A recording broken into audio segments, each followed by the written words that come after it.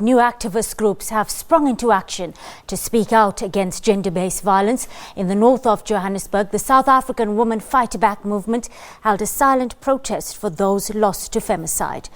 3 women die at the hands of their intimate partners daily. Now, it's a shocking statistic that has sparked these women into action. They held a silent vigil to mourn what they've called the fallen angels. The movement has started in the beginning of August after the death of Megan Kramer. We have been hearing of deaths happening every other day, every other week, of women, of children that are dying senselessly, rape, domestic violence, murders, etc. So we want to create awareness, and we thought at the end of Women's Month, after all the trauma that's been going on, we can make a stand and create the awareness. We decided to do this vigil today. It's a silent vigil for the thousands and thousands of women and children who have been raped, murdered, abused. We are the voice for them because they've been silenced permanently. Hashtag What Women Want was government's call to action this Women's Month. Now, as we wrap up the month, we aim to get women talking about the real issues that they face through traditional and social media platforms and really help get a diversity of voices to express their vision of an equal society and one that does not discriminate on the basis of gender. We also leverage the month to throw sharp focus on the increase in the levels of violence and brutality against women and our children in our country. For more, we're joined in studio now by the Chairperson of the Black Women's Caucus, that's Keitumetse Fatimata Moutloatse. Good afternoon, Fatima, and thank you for your time on the SABC News Desk. Thank you for having me. Look, I want to get right into it. You just heard the clip before us where we have South African women from all walks of life really banding together and galvanizing against femicide and all these violent crimes against women and children.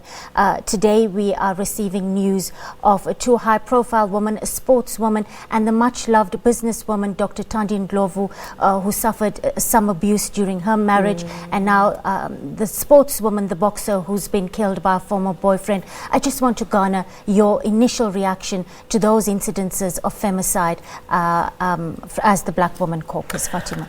So firstly, preparing for this interview, I was absolutely shocked, right? Because, I mean, there's this huge hullabaloo about the importance and significance, right, of Women's Month, and this month has been dedicated to celebrating the lives and achievements of women.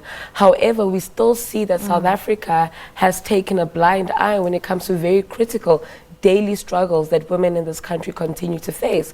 And I think the incidence of both these women is an indication that South Africa still lacks the response, support and prevention when it comes to issues of violence against women and children.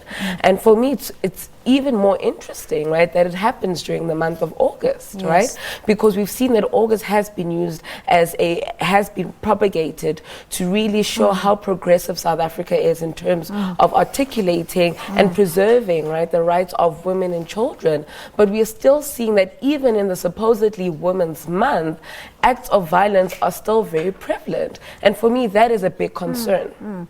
Why do you think gender-based violence and femicide is such a stubborn problem that's permeating the very fabric of our society, Fatima? Just your thoughts on that quickly. I think it's important to understand that gender-based violence does not just exist, particularly in South Africa, as an act of physical violence violation. This is indeed a global phenomenon, I agree, but the frequency and the brutality attached to crimes of this nature and the stats we're getting is indeed worrying, even alarming at this point. Of course it is. I mean, we also live in a society that encourages, right, and creates conditions for these kinds of acts to happen. We look at the very apparent inequality between men and women, right, and how that also creates a conducive environment for violence to occur, right? We also understand the social fabric of this country is still very much patriarchal, it's still very conservative, it's still very misogynist and sexist, right? All these conditions allow for violence to manifest, right? And I think it's also important, it's also important to understand that gender-based violence is not only expressed physically or sexually, right? The economy is an example of how gender-based violence finds expression. We look at the latest unemployment rates. We do know that the majority of those numbers are women, are young black women in this country. And for me, that is telling that, and it almost makes it difficult for us to erase or get rid of gender-based violence in this country. What's worrying for everybody at this point, and what keeps reverberating in my mind, Fatima, is that Dr. Ndlovu sought help, and she sought to report the case at the SAPS, and they turned her away, saying that you go home and fix the problems with your spouse or your husband in this case. You know, in a country that has such high rates of femicide and incidents of abuses, surely at this point we need to sensitize and equip our police services to deal with cases of such nature, because they are the vital link between a woman who has made the decision and has had the courage to report the case and then the process, the legal recourse that she seeks. I think it's also important to understand that a large part of South Africa thinks that domestic violence should be solved domestically, right? Within the home. Exactly. Yes. So the moment you report these incidences of violence between two partners, the first reaction, and I've seen this with public servants, is fix your problems within the household.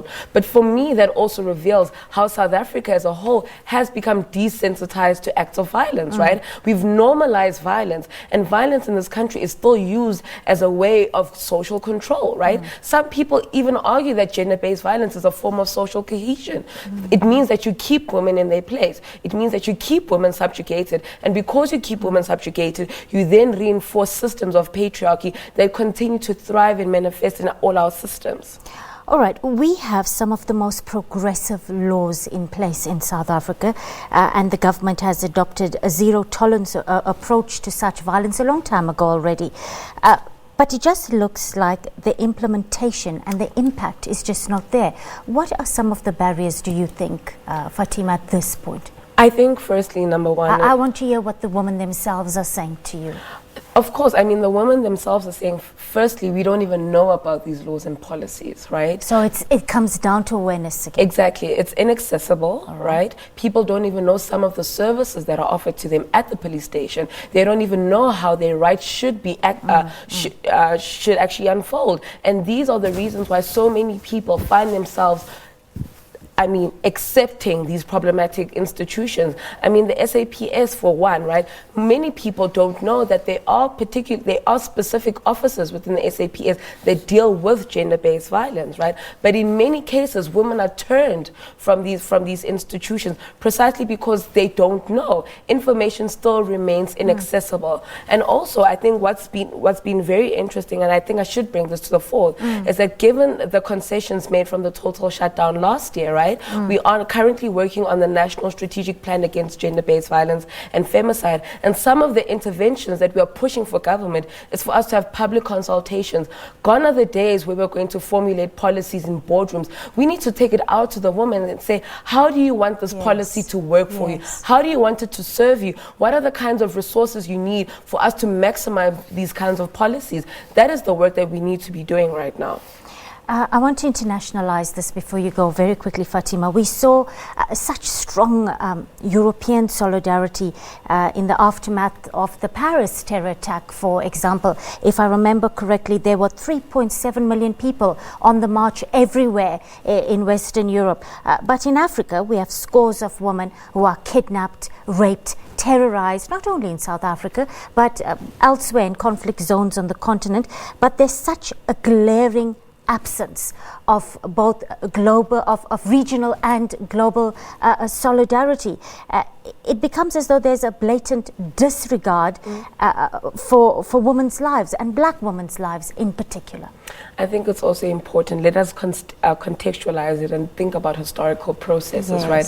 I think we can't erase the effects of colonialism and land dispossession, right? And how that has left the African people, particularly the black African people. We've become so desensitized and have normalized the killing, right, of our people, that even when we come across issues like gender-based violence and femicide, we really have no way, we're not even sure how to respond to it. I mean, we see how dead women's bodies are being circulated on social media, right? There's little regard for the death, for the dead in this country, and that desensitizing of death has almost normalized femicide in this country. How dare we speak about femicide when I can easily go on Twitter and see an image or a video of a woman being raped or killed? right? Yes. I want to gain a sense of how the advent of social media has really helped the cause, or in some cases not helped it, Fatima. I think, I mean, I'm always stuck in between a rock and a hard place when it comes to the difficult one, yeah. But I think what social media has done for us has allowed us to come up with alternative forms of communication. I think inherently we do know, and we've problematized for a long time, you know, the role of mainstream media in articulating issues around gender-based violence and femicide. And so social media gives us a platform to narrate our own stories without censorship. However, on the extreme end, what social media also does, it also takes away the family's opportunity or the victim's opportunity to deal with the after effects of this particular act of violence, right? So we do see there's quite an intrusive nature that social media imposes on victims of violence. And maybe what we should start thinking about is how do we use social media in more effective ways that are less destructive but are able to advance our cause. And what role do we as the media have to play? How can we help you, Keitumetse? I think the most important thing, allow us to tell our own stories, right? Interesting fact is that most cases, most stories on gender-based violence and femicide are not being articulated by victims, let alone victims. They're not even being articulated by those who are most affected by it. We still see that the voice behind gender-based violence and femicide is men. That in itself continues to shift the goalposts, right? You continue to place perpetrators in positions of power, even in instances where we should be claiming our own. Keitumetse, thank you so much for joining us. It's been wonderful having you on the desk. I do wish we had more time to chat some more, but we will invite you back very soon.